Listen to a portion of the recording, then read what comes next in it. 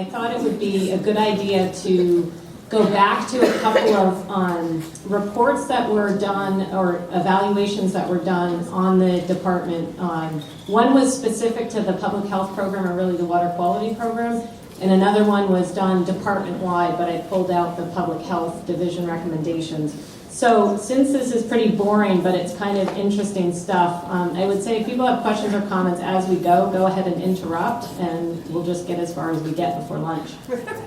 So in 2007, there was a Maine peer team review, and this was requested by the legislature on behalf of the industry. I didn't live through this, but apparently it was quite dramatic and traumatic. I know there are lots of people in the audience here today who did live through it, so they could give their 2 cents if they want to.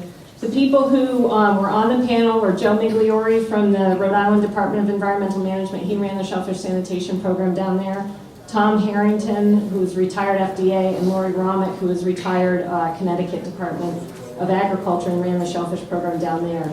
The objectives of this study were to consider if Maine exceeds the minimum requirements of the National Shellfish Sanitation Program, to see if sampling protocols were appropriate. So this is water quality sampling protocols was really the focus. Are standard operating procedures appropriate, and are the facilities and program adequate and appropriate? I'm not quite sure what that last objective was, but that's what was in the report. So the recommendations that came out of the report, and they did an extensive paper review of reports and different documents that they could get before they came up here, and then the team did 5 days, I think, in the field with different individuals. And then they came up with a series of recommendations in a report. I have a copy of the report, and if people are interested in it, they can contact us at the department and we'll give it to them. They said that the department needed additional staff, and since this review, there's been 1 supervisor, 1 scientist, 1 specialist, and 1 inspector, plus 4 to 5 biotoxin contractors who were added. This administration, especially, this is the administration that I've been under, they have been very supportive of the public health program and added funding into our program, which has been really great. They also recommended biannual meetings between DMR and industry. So that's in red because it didn't happen.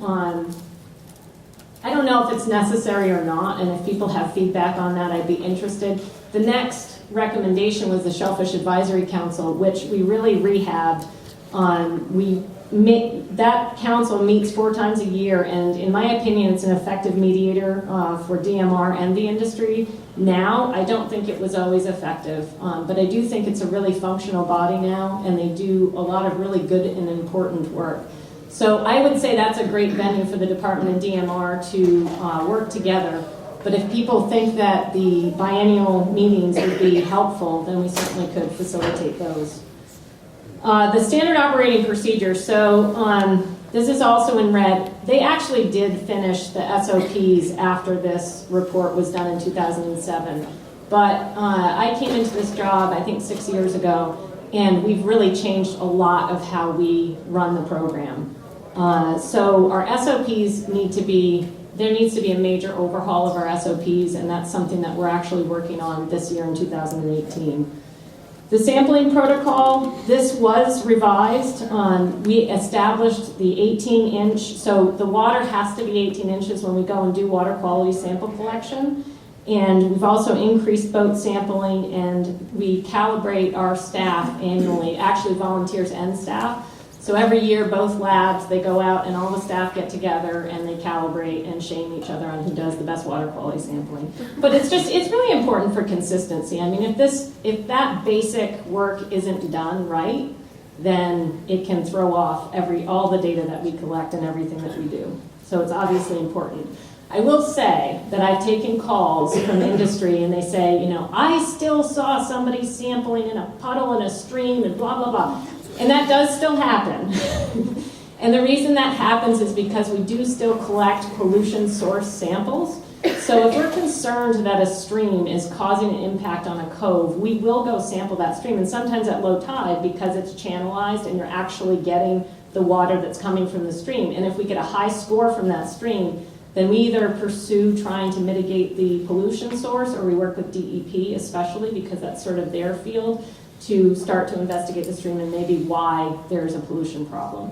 So you will sometimes see that. You can keep calling me, but that's usually the answer that you'll get because everybody's trained not to sample in stagnant puddles at low tide anymore for our systematic random sampling.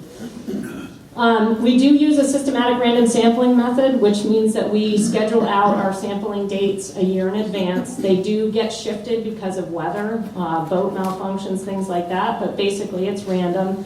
However, we do consider tidal stage because no sampling occurs when you don't have 18 inches or more of water.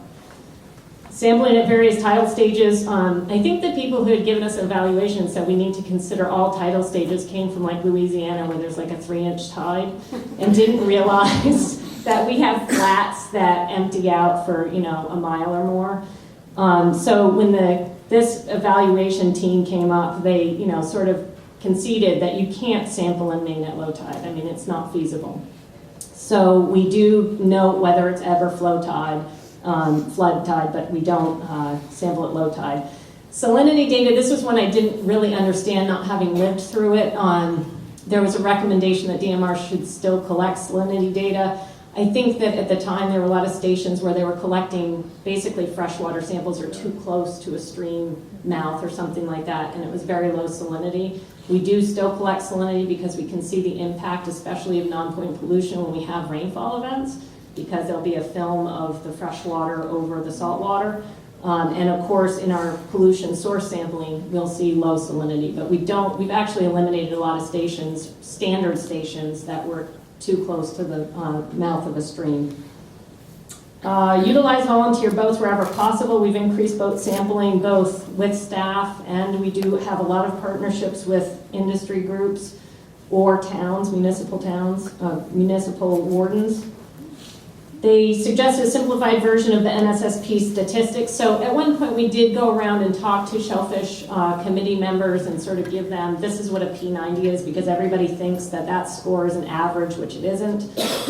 But really, I think the most beneficial tool that we've created is what we call the stoplight layer. There is a new tool out on the DMR website where you can pull up a map of the state of Maine. You can look at the classifications, so whether it's prohibited, restricted, blah, blah, blah. And then you can see the water quality stations, and they'll be shaded according to what the P90 score for that particular station is. That's something that towns can use to see if there are stations that are starting to go sour, and maybe there can be proactive things that are done to prevent a reclassification. Additional sampling stations in bays and across growing areas, so we've added what we call Z stations. We do a lot of investigative stations, so they're not added into our regular database. Yep. Kohl, can you explain what the P90 score in layman's terms, what that is? P stands for percent 90, so it's the number where under a curve, if you plot all of your data and how the curve falls, 90% of your data falls below the number that you calculate. So it's a little hard to do without a visual, and I didn't prepare that. But the approved number for water quality for fecal coliforms is 31. So 90% of the data has to be below that 31.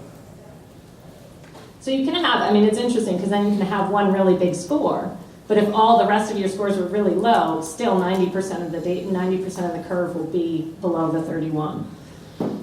And that's because it accounts for variability in water quality scores. So we have added these Z stations, and it allows us to do investigatory work without adding it into the systematic random sampling database, and it allows us to chase down problems without causing unnecessary reclassifications. There's a specific recommendation about a classification in ER, area ER, growing area ER. What I would say about that is that in 2011 we sent out a letter to all towns and asked for priority areas where people wanted to see reclassifications happen. We had a huge response. And we did as much reclassifying as we could. It was thousands and thousands of acres.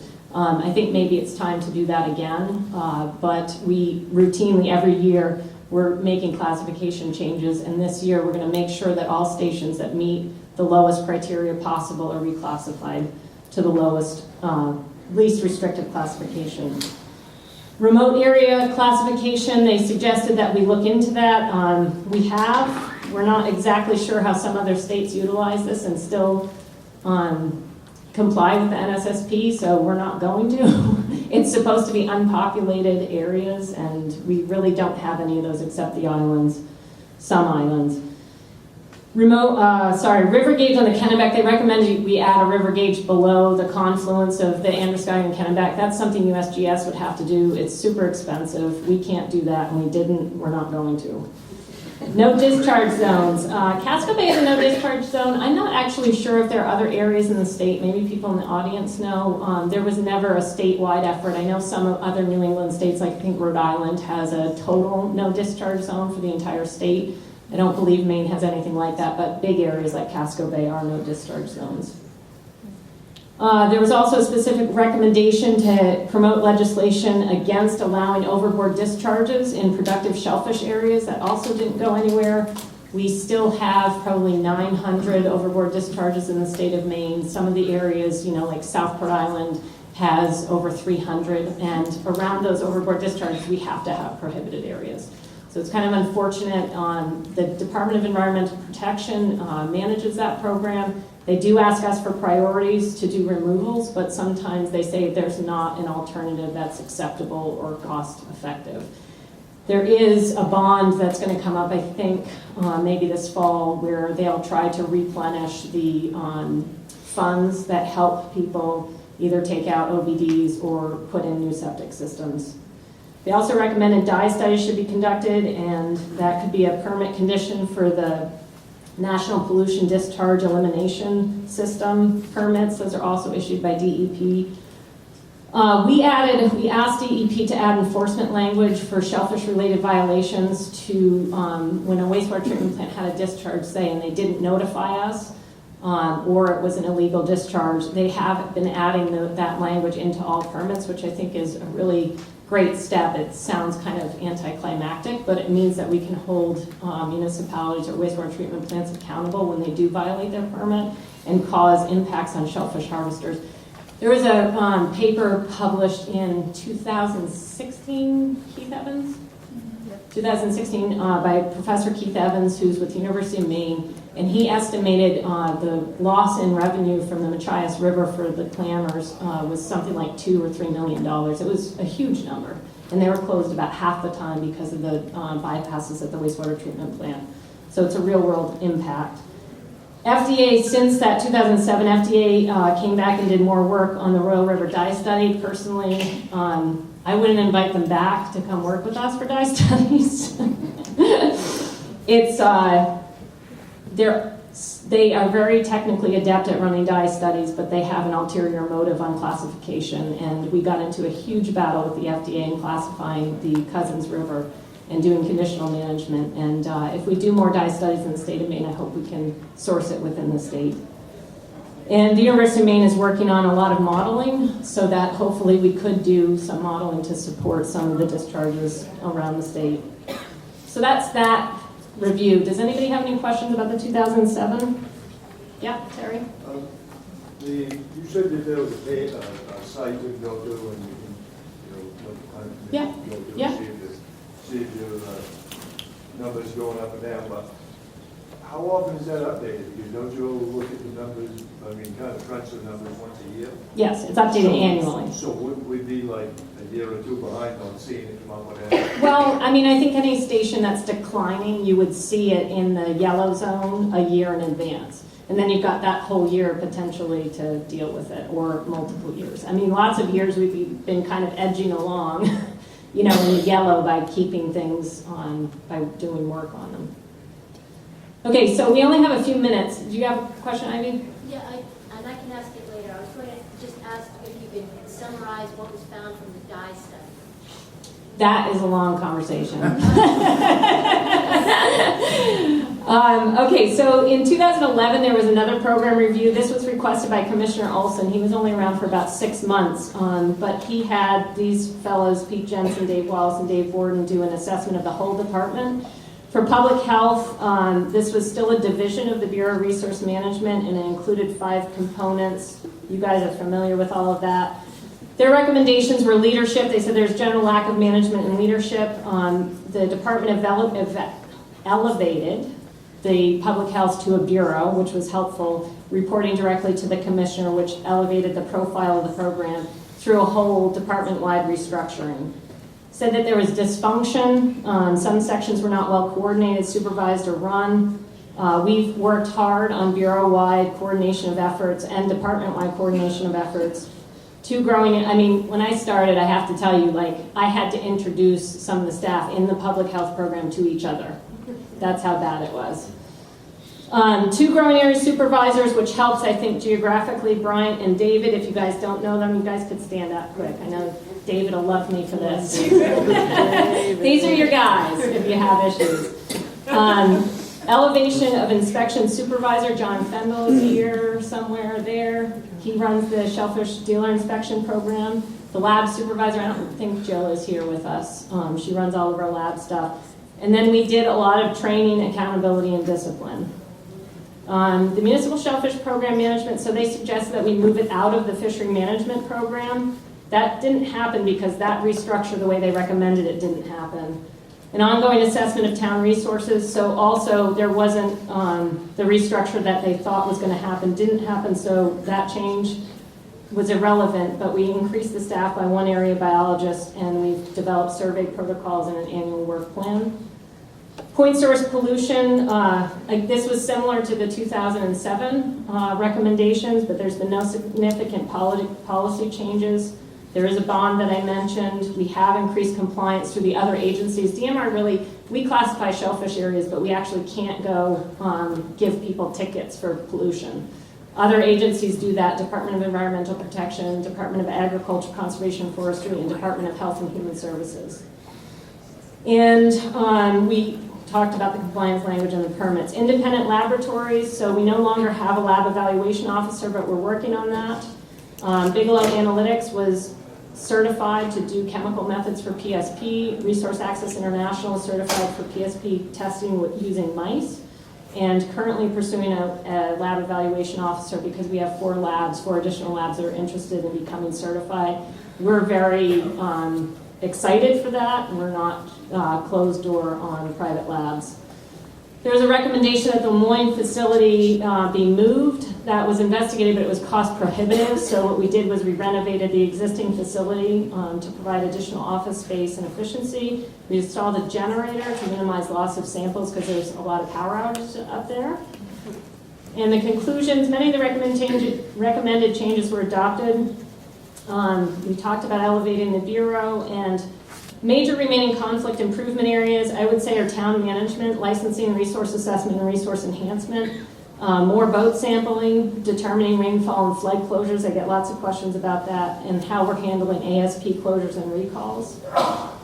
And major challenges, maintaining staffing levels. We have a lot of turnover now. I think that's something that we'll keep living with. I don't think it's because I'm horrible to work for. I think it's just the changing workforce.